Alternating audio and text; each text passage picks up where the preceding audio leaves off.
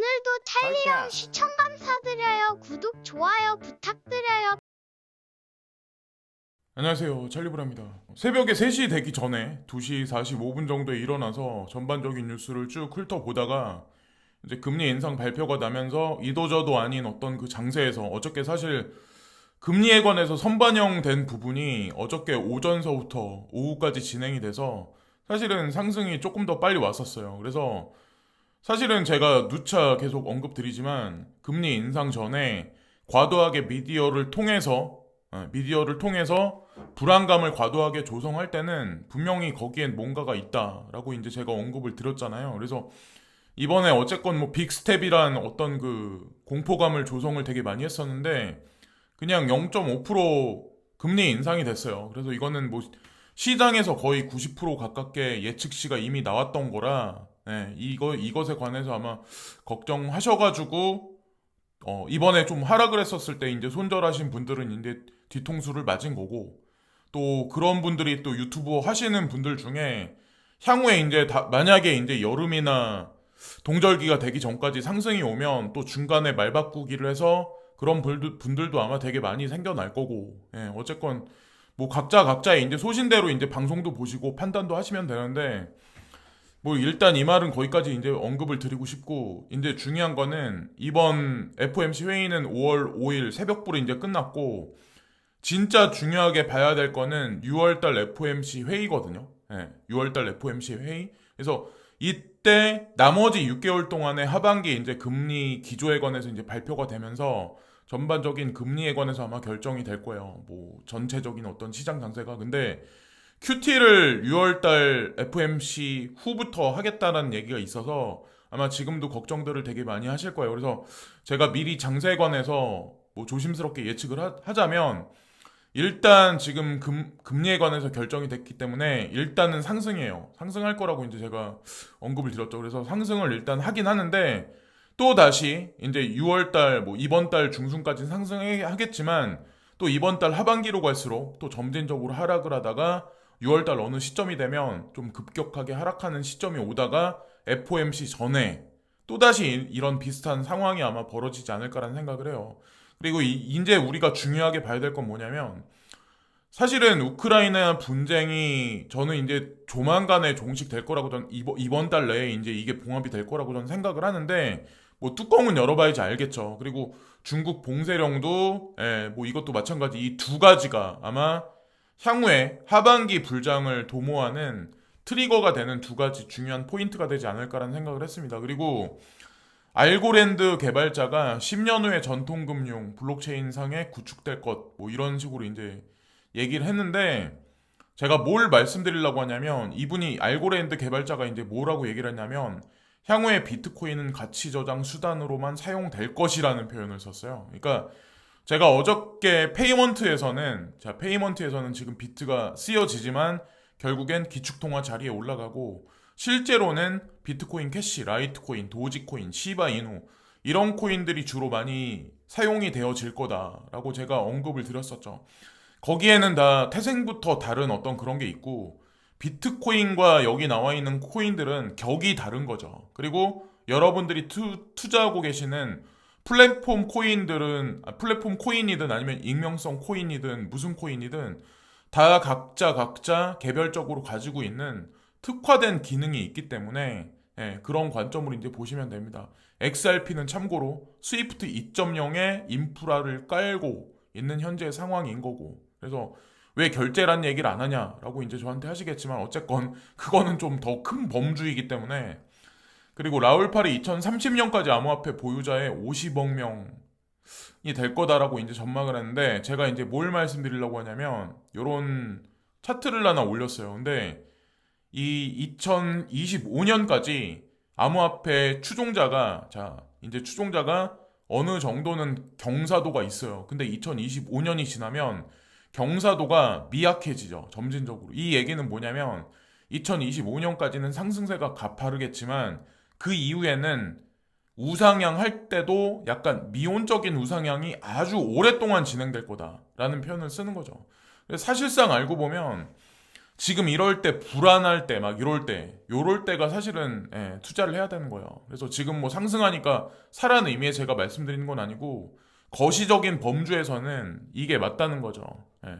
좀 약간 장기적으로 봤을 때. 그리고 지금 보시면 아까 제가 캡처했을 때보다는 아마 주식시장이 올라갔겠지만 달러 인덱스가 미온적으로 약간 하락이 있었어요. 그래서 이거 달러 인덱스가 결국에는 어느 정도 하락을 많이 해야 전반적인 시장의 우상향이 있을 수가 있거든요. 근데 그거는 6월달 FOMC 회의가 끝나야 진짜 우리가 원하는 것만큼 아마 달러 인덱스가 하락하지 않을까라는 생각을 합니다. 그래서 주식 하시는 분들도 아마 걱정이 되게 많으셨을 거고, 그리고 제한된 디지털 유로 디자인에는 개인정보 보호 옵션이 부족하다. 여기서 개인정보 보호라는 얘기가 또 나오죠. 그러니까 익명성 코인, 보안, 뭐 이런 거죠, 사실은. 근데 참고로 디지털 유로에 가장 큰 영향력을 끼친 거는 사실은 JPM 코인이에요. JP 모건에서 만들어낸 스테이블 코인. 그리고 여기에는 제가 알기로는 G캐시, 제로 놀리지 기술이 섞여 있는 걸로 알고 있습니다. 그래서 어쨌건 직간접적으로 디지털 유로에 사실 이 G캐시가 가지고 있는 영지식 그 증명 기술이 이미 이입돼 있는 건 맞아요. 그리고 전 세계인들 모든 중앙은행에서 찍어내는 CBDC에는 반드시 그 기술이 들어갈 수밖에 없고, 그거는 제가 이 단적인 사진 하나 보고 말씀드려도 아마 인지를 못 하실 거고, 그거는 뭐 나중에 여러분들이 이제 실제로 막 G캐시나 아니면 호라이젠 이런 코인들이 상승을 하면 아마 그때는 나중에 이 사람이 왜 그때 강조를 했었나 아마 이거를 느끼실 거예요. 뭐 중간에 흔들리다가 그냥 손절하거나 아니면 흔들리다 나가는 거는 뭐 개인의 그런 거니까 제가 뭐라고 말씀 못 드리죠. 예, 보면 무슨 얘기가 있었냐면 미국 연방기금 선물은 거래자들이 6월 회의에서 연준이 50bp를 인상할 가능성이, 그러니까 0.5%란 얘기예요. 약 77%임을 암시하며 이는 5월 FOMC 성명 이전의 56%에서 증가한 수치입니다. 아마도 그래서 6월달 FOMC 회의 전에 0.75 금리 인상할 거다라는 얘기가 미디어를 통해서 아마 공포감을 또다시 아마 조성을 할 거예요. 어느 이번 달 중순 정도가 되면. 그러면서 시장에 또 압력을 가하면서 시세가 또 어느 정도 하락을 하겠죠. 어쨌건 그럴 가능성이 높은데, 좀 거시적인 관점에서 저는 올 여름에 좀 상승장이 올 거다, 동절기가 되기 전까지는 그렇게 언급을 드렸었는데, 일단은 이 상황으로 만약에 0.5% 금리 인상이 지속적으로 몇 번 있다고 하면 그냥 중금리 상승이에요. 중금리, 고금리가 아니라. 시장에 부정적인 영향이 미치는 건 미약할 가능성이 높고, 달러 같은 경우도 제가 지속적으로 강조해서 언급드렸는데 전강, 지금 현재 강달러죠. 근데 하반기로 갈수록 약세 흐름으로 갈 가능성이 높지 않을까. 주식시장이든 가상자산 시장이든. 그래서 여러분들이 원하시는 것만큼 상승할지 안 할지는 뭐 모르죠. 뚜껑을 열어봐야지 알겠지만 그럴 가능성이 조금 더 높아지고 있지 않나라는 생각을 했고, 그리고 인컴 샤크가 이거는 사실 FOMC 전에 이 차트를 올린 거거든요. 그래서 제가 실력자라고 인정을 하는 게 대부분의 차티스들이 말 바꾸기를 잘 해요. 그리고 그 사람들이 4시간 봉 위주로 많이 보고 그냥 단기적인 트레이딩. 근데 이 사람은 진짜 어느 정도 능력치가 있는 사람이기 때문에 저도 인정을 하는 거니까, 그래서 제가 방송에서도 언급을 자주자주 드리는 거예요. 그래서 여러분들도 아마 어느 정도 이제 유튜브를 보시건 아니면 뭐 누가 차트를 올리건 그 사람의 능력치가 있는지 없는지 아마 판별을 조금 이제 계속 지켜보시다 보면 아마 하실 거예요. 그래서 어쨌건 알트코인 장세가 이번 달 중순까지는 올라갈 가능성이 있지 않을까. 이건 알트코인 전체적인 걸 이제 의미하는 거고, 개별적인 코인에 관해서는 아톰코인, 아톰코인 지금 투자하고 계시는 분들 같은 경우는 그렇다고 뭐 정고점을 달성한다 이건 아니지만 이번 달 중순까지 어느 정도까지는 올라갈 거다. 개별적으로 아톰코인에 관해서 좀 언급을 했었고, 바이낸스가 프랑스에 뭐 진입했다 이런 얘기가 있더라고요. 그래서 제가 이걸 언급드리는 이유는 어떤 의미냐면, FTX가 막 이렇게 상승세로 있었을 때 바이낸스는 이제 끝났다, 규제당한다, 전 세계에서 이제 몰아낼 거다. 그래서 아마 바이낸스 거래하시는 분들이 아마 힘드신 분들이 되게 많았을 거예요. 근데 많은 인플루언서들이 이제 간혹 가다가는, 지금은 그런 사람들이 없는데 이게 진짜 시장을 바라보는 게 되게 단편적인 게, 뉴스 한두 개가 나오면 그냥 바이낸스 끝났다 이런 얘기. 근데 바이낸스는 지금도 사세 확장을 계속 하고 있어요. 오죽하면 또 프랑스에 들어갔을까요? 그래서 앞으로도 마찬가지로 미국을 우러러 보는 사람들이 아마 되게 많을 거예요. 아직까지도 기성세대 중에는 저도 나이로 따지면 기성세대지만 저는 직업전선에서 그래도 한국을 벗어나서 이 나라 저 나라에서 많이 일을 했었기 때문에 마인드 자체가 조금은 다르다고 저는 생각을 합니다. 그렇다고 뭐 한국에서만 근무하셨던 분들을 제가 무시하는 어떤 그런 기조로 언급드리는 건 아닌데 제가 이제 말씀드리고 싶은 게 뭐냐면 크립토를 투자하건 아니면 세상을 바라보는 시각을 너무 단편적인 시각으로 바라보다 보면 놓치는 게 많을 수밖에 없어요. 특히나 이제 국제 정치, 외교적인 어떤 그런 측면에서. 그리고 2030년까지 제가 항상 중국과 인도를 강조해서 언급을 드리죠. 지금도 아마 이게 똥인지 된장인지 잘 모르시는 분들이 있으실 거예요. 근데 그거는 나중에 이제 시간이 흘러보면 아마 이 사람이 왜 그런 얘기를 했는지 인지를 하실 거라고 저는 생각하고 BTC fuel이 이제 올 하반기까지 알트코인이 어떻게 될 것 같냐. 그래서 알트코인이 쭉 떨어지는 그래프가 있죠. 이거는 비트코인 도미넌스예요. 비트코인 도미넌스. 비트코인 도미넌스가 한동안은 좀 많이 올라갈 가능성이 있지만 어느 시점이 가면 급격하게 떨어지는 시점이 올 거야. 올 하반기까지, 10월 달까지. 제가 여름 부분이나 아니면 겨울 지나기 전에 익절을 반드시 해야 된다라고 제가 언급드렸던 이유가 만약에 비트코인 도미넌스가 진짜 이 그래프 같이 떨어지면 알트코인이 급격하게 상승한다는 의미거든요. 그게 급격하게 상승하면 급격하게 폭락을 해요. 그거는 항상 언제나 그래왔어요. 그렇기 때문에 반드시 비트코인으로 바꾸시던 아니면 뭐 달러로 옮겨가시건 원화로 뭐 환전하시건 분명히 그럴 시기가 와요. 그때 정신 못 차리고 여기서 이제 대출 받으면 이제 쪽 나는 거죠. 그래서 동절기 전, 여름이나 동절기 전 알트 상승장 제가 물음표를 적어놨는데 이 BTC fuel이 하는 말이 뭐 100% 공정성이나 아니면 뭐 어떤 확실한 뭐 그런 건 없겠지만 제가 중간중간에 여름 장세 뭐 다가오는 FOMC 전에도 계속 유튜브는 계속 하니까 그 기조나 아니면 저뭐 전반적인 걸 보시면 어느 정도 근사치까지 간다 안 간다가 아마 분명히 도드라질 거예요. 그리고 지금 현재 비트코인은 RSI 지표로 봤을 때 과매수 상황이다라는 표현을 썼네요. 자, 그래서 이것도 그냥 참고만 하시면 되고 자넷 옐런은 달러가 준비 통화로 널리 사용되기 때문에 미국이 강력한 제재를 가할 수 있다고 말합니다. 이런 표현을 썼는데 제가 뭘 말씀드리려고 하냐면 왜 지금 현재 상황에 있어서 달러가 널리 쓰여지니까 강력한 제재를 가할 수가 있다. 달러는 엄청 강하다. 이런 얘기를 왜 미국 재무장관이 지금에 와서 갑자기 말을 꺼낼까요? 여러분들 그거 아시나요? 진짜 강자는 강자라고 말을 안 해요. 진짜 부자는 오데마 픽의 시계를 차고 자 벤틀리를 타고 그 앞에서 시계가 보여지고 운전대 그 마크가 보여지게 사진을 찍어가지고 대중들한테 자랑을 하지 않아요. 왜 그럴까요?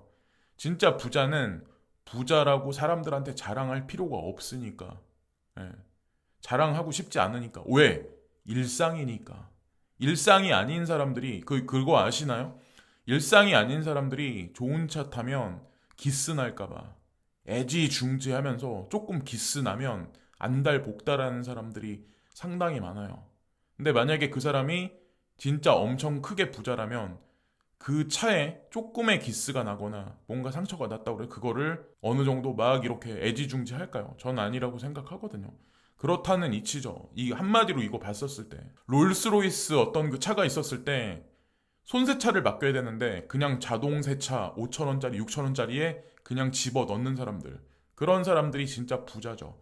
어깨에 힘 안 주고 부자 티 안 내고 갑질 안 하고 갑질하고 어정쩡한 인간들이 그 사람들이 진짜 그냥 별 볼 일 없는 그냥 동네 작은 부자일 확률이 높다는 거죠. 그래서 어쨌건 달러에 관해서 이런 식으로 언급한다는 얘기는 지금 달러의 힘이 약해진다라고 우리가 볼 수 있지 않을까라는 생각을 했습니다. 그리고 자, 이 차트를 보시면 과거 금리와 인플레이션에 관한 그런 얘기거든요. 이거 보시면 그래서 하얀색이 금리 그리고 여기 이제 파란색은 인플레이션이거든요. 인플레이션이 엄청나게 올라갔어요. 거의 뭐 8%와 7% 근방까지 7.5%까지 지금 있는데 금리를 인상했다고 해서 지금 쉽사리 인플레이션이 꺾이진 않을 거예요. 6월달 FOMC 전에 중순까지 전에 두 가지 시장을 바라볼 때 여러분들이 가장 눈여겨봐야 할 두 가지 포인트가 뭐냐면 아까 처음에도 말씀드렸지만 우크라이나 분쟁의 봉합과 그리고 중국의 코로나 봉쇄령의 해제가 이 두 가지가 시장에 만약에 여파를 미치면 연준에서 금리 인상을 과격하게 하지 않더라도 인플레이션은 당연히 지금보다는 꺾일 확률이 높다라고 이제 저는 생각을 합니다. 그래서 과거 패턴을 보면 금리 인상했다가 쭉 계속 하락을 시켰죠. 근데 이번에 금리 인상을 하면 직전에 올렸었을 때가 3%를 넘기지 못했었거든요. 이때 2.75%까지 올렸었거든요.